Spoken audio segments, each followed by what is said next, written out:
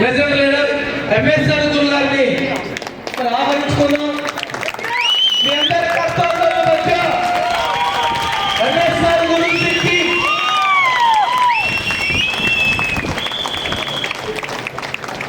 Good morning కాబోయే car owners అనొచ్చా? So ఇప్పటికే చాలా మంది కాదు కొన్ని వేల మంది కార్లు వచ్చింది, మనం నమ్మచ్చా లేదు?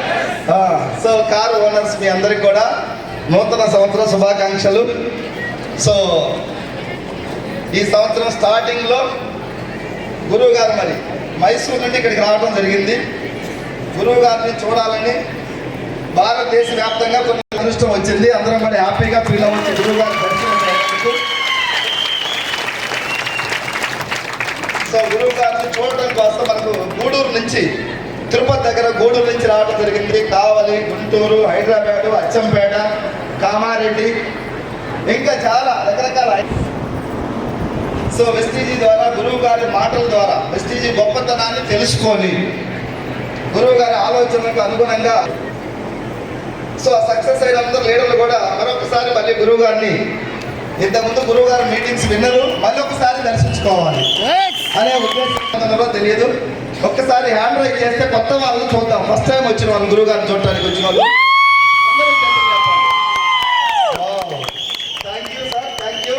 Thank you very much. మేము మీలాగా ఒకప్పుడు కొత్త వాళ్ళమే, ఓకేనా? ఇప్పుడు జర పాత పడిపోయినాం. సో ఒకప్పుడు కొత్తగా వచ్చిన మీలాంటి వాళ్ళమే మేము కూడా. కాబట్టి గురువు గారిని చూసిన తర్వాత ధైర్యం వచ్చి మంచి సక్సెస్ తీసుకుంటా ఉన్నారు. మన మధ్యలోనే అమ్మా ప్లీజ్ రిక్వెస్ట్ అమ్మా ప్లీజ్. ఇలా గాలి సోకినా మేము మారుతామనే నమ్మకం, విశ్వాసం మనకుంది. అలాంటి నమ్మకం మాకు ఏమైనా వచ్చింది అంటే జర్నీ చేస్తూ ఉంటే వచ్చింది. మీరు ఈరోజే వచ్చారు, అవునా కదా? జర్నీ చేస్తే మీకు కండక్టర్ మన మధ్యలో ఉన్న పాండు సార్ హైదరాబాద్ నుంచి ఇక్కడికి రావడం జరిగింది.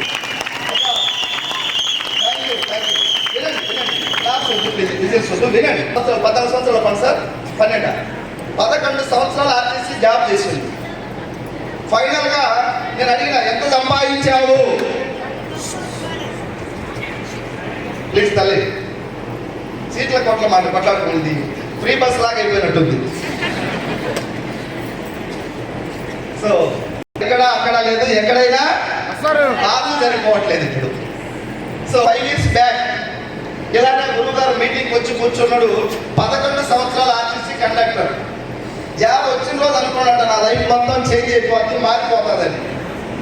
మారిన 10 సంవత్సరాల ఆర్టీసీ జాబ్లో ఎంత సంపాదించడం అంటే, సార్ చిన్నప్పుడు చెప్పాను కదా, 8లో 9 పోకపోతే అప్పు తెచ్చుకోవాలని. నాకు జాబ్ వచ్చినప్పుడు నాకు సరిపోయేది. జాబ్ వచ్చినామంటే ఒక పెళ్ళి అవుతుంది కదా, పెళ్ళైనా ఖర్చులు పెరుగుతాయి తగ్గుతాయా? పెరుగుతాయి తగ్గుతాయా?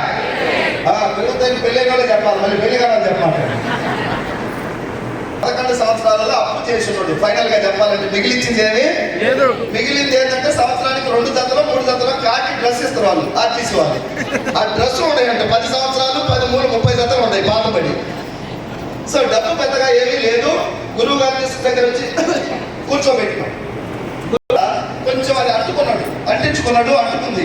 తినే రాకుంటే అంటుకుంటుంది. సో ఒక 30,000 32,000 సంపాదించే ఆర్టీసీ కండక్టర్ గురువు గారు ఇచ్చినటువంటి ఆ ధైర్యం, ఆ స్ఫూర్తి, ఆ మాటలు, ఆ పర్సనాలిటీతో వెస్టీజ్లో పాటిస్తారు. ఒక 5 సంవత్సరాలు జర్నీ చేస్తే ఇప్పటికే 1 కోటి పైబడి 1.5 కోటి పెట్టి ఇల్లు కట్టిండు, కారు తీసుకున్నాడు. ద్వారా నెలకి 10 లక్షల పైనే తీసుకుంటా ఉన్నాడు. 10 లక్షల పైన. కొత్త వాళ్ళకి మళ్ళీ ఒక అనుమానం, ఏం సార్ 10 లక్షల ఎట్లా వస్తాయి? కొంచెం గురువు గారి మాటలు అయిపోయినా తెలుస్తుంది ఎట్లా వస్తాయండి, ఓకేనా సార్? ఇప్పుడు జాబ్ పోతాడా? 10 లక్షల వచ్చాక జాబ్కి ఎడబోతుంది. పాండు సార్ గొప్పతనం ఏంటంటే 18,000 వెస్టీజ్లో వచ్చినప్పుడే 30,000 ఉద్యోగాన్ని పక్కన పెట్టిండు. మిమ్మల్ని పెట్టమని నేను చెప్పట్లేదు, ఆయన మనస్తత్వం చెబుతున్నా. ఎందుకు పక్కన పెట్టిందంటే, ఈ సిస్టమ్ నాకు అర్థమైంది సార్, మనం గురువు గారి శిష్యులుగా ఉన్నాం, ఏదో ఒక రోజు గ్యారంటీగా గెలుస్తాం, ఇక్కడ డబ్బు ఉందని చెప్పేసి కొన్ని మీటింగ్కి వచ్చి ఒక 6 నెలలు జర్నీ చేసిన తర్వాత జాబ్ పక్కన పెట్టాడు. పక్కన పెట్టిన రోజు బిజినెస్ కూడా ఉన్నదంట, నీకేమన్నా పోయే కాలం వచ్చిందా జాబ్ పక్కన పెట్టిన వాళ్ళు చెప్పేసి అందరూ కామెంట్ చేసేది. కానీ దీంట్లో ఏముందో జర్నీ చేసిన వ్యక్తిగా పాండుసార్ తెలుసుకొని నిలబడితే ఈరోజు అందరూ పాండుసార్లో విఐపీ లాగా అవుతున్నారు. డబ్బు వచ్చింది కాబట్టి, సాధించింది కాబట్టి. Thank you. అది పాండుసార్. ఈ విధంగా చెప్పుకుంటూ పోతే చాలా మంది మన